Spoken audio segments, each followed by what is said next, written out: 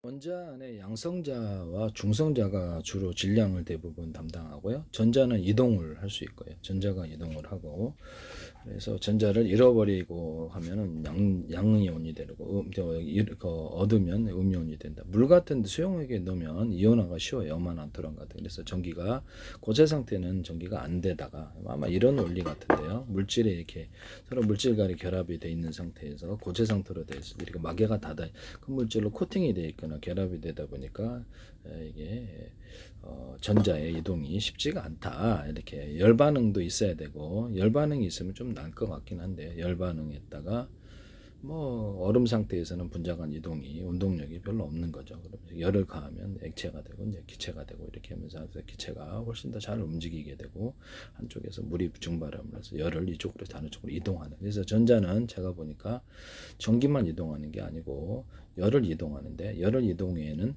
양이온과 음이온도 같이 이렇게 존재할 수 있다. 거기도 양이온, 음이온도 남은 전자수가 있어서 거기도 전기를 충전할 수 있다. 그래서 이온 상태로 만들면 전기가 보다 충전, 리튬이온 같은 물질에 따라 좀 틀리다. 전기를 좀 더 많이 충전할 수 있는 용량이 큰 놈이 있고 전기가 잘 안 된, 전도가 안 되는 놈들이 있고 되는 놈이 있고 그러잖아요. 그래서 모든 물질에는 물질의 종류로 따라 틀리다. 전기를 많이 저장할 수 있는 거, 저장할 수 없는 거. 저장할 수 있는 형태가 많이 저장할 수 있는 이온의 상태 이렇게 되겠습니다. 작은 단위로 쪼개놨을 때 반응이 이렇게 화학 반응이 더 잘 일어나는 것 같은데요. 태양전지 같은데 열을 좀 가해주거나 전기를 걸어주면 이거 촉진이 된다고 제가 말씀을 드렸었는데요.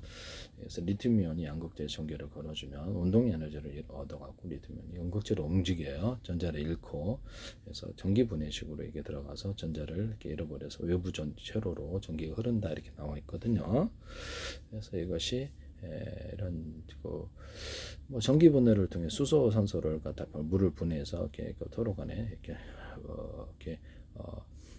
분해를 하니까요. 그래서 분해를 해서 작은 단위로 쪼갠다는 것이죠.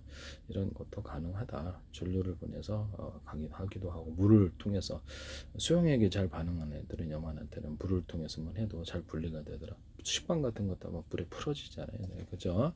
그런 거하고 좀 비슷한 것 같은데요. 아니면 녹이거나 다양한 방법이 있겠습니다. 양성자는요, 양성자 원자 번호가 있고, 양성자는 전자수하고, 전자수는 이렇게 중성 원자가 똑같고, 전자수는 중성 원자가 똑같고, 양성자 이꼬르 전자수 이렇게 나와 있는데요. 질량은 양성자 플러스 중성자가 좀 질량이 많이 나가고, 전자는 가볍다. 그래서 이렇게 해서 이렇게 나와 있어요. 원자 번호 6은요. 양성자 6개, 전자 6개. 양성자 수는 전자 수하고 같다라고 나와 있는데요. 그래서 맞나? 중성자 수는 이게 맞습니다. 이걸 좀 볼게요.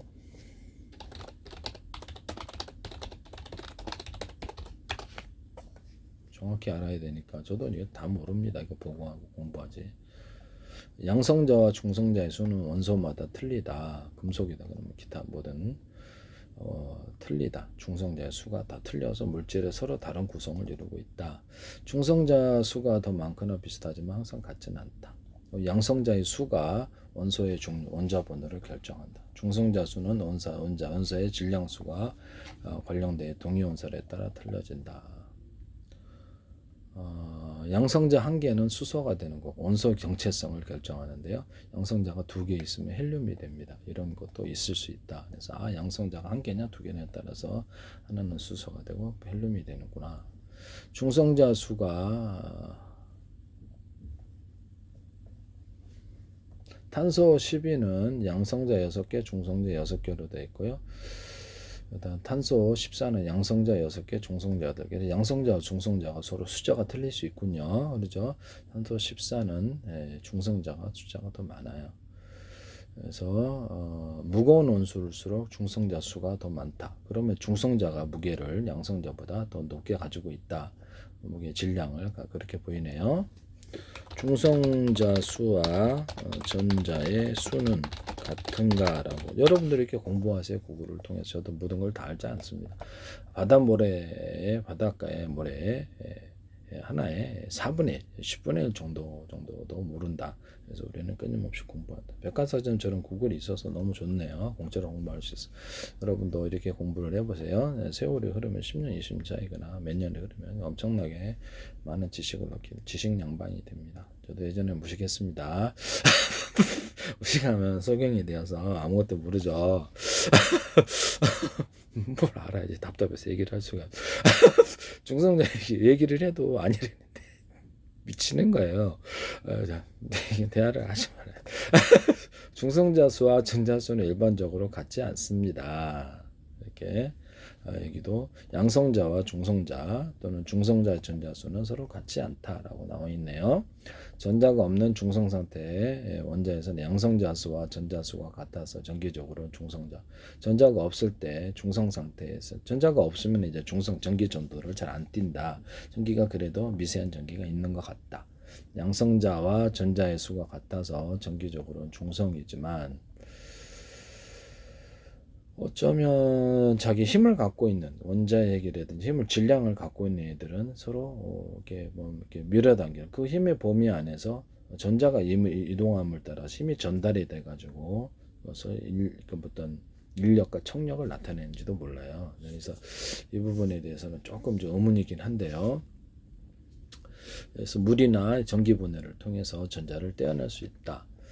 그래서 양성자수와 전자수가 중성 상태에서는 양성자수와 전자수가 같다. 전기적으로는 중성이다. 여기다가도 전기를 충전할 수 있다 없다 있다. 열을 충전할 수 있다 없다 있다. 그러면 열을 충전하거나 이런 것들은 중성자가 높을까 양성자. 무게가 중성자가 높으니까 중성자가 더 많은 열을 축적할 수 있다 이렇게 보여지네요.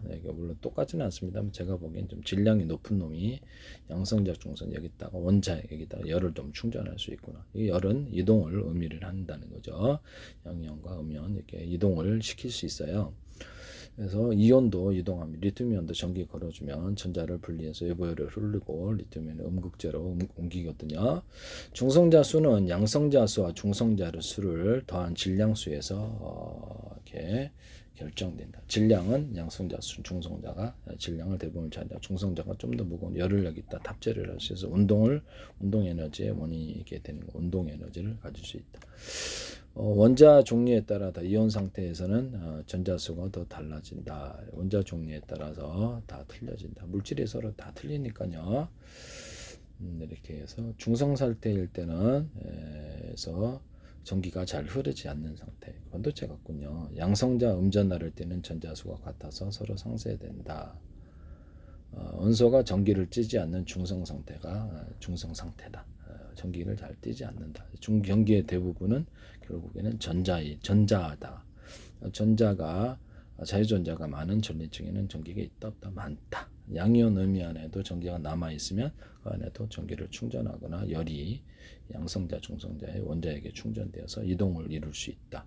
태양 에너지를 받아서 태양빛을 받아서 중성자의 수는 다르다. 이렇게 해서 중성자, 양성자, 전자 수가 각각 다르다는 걸 알 수 있는데요.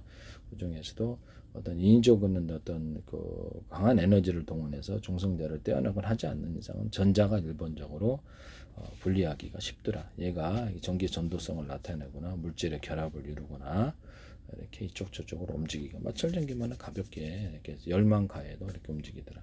그래서 물, 열, 전기분해 이런 것들로 해서 그래서 태양전자에다 이렇게 전기를 걸어주거나 온도를 좀 높여주거나 하는 방법으로 축전할 수 있는데 열을 가해주면 고체가 얼음이 액체가 돼 기체가 돼 이렇게 열까지도 기체가 물이 증발을 할 때 열까지도 가져가거든요. 그래서 보다 작게 고체 상태에서는 잘 안 되죠. 액체 상태에서는 열까지도 차갑게 해줄 수는 있지만 이쪽 저쪽으로 다른 쪽으로 이동해서는 물이 이제 차갑게 흘러가지고 다른 쪽으로 계곡물이 흘러서 이쪽으로 가면 열을 뺏어서 가져가기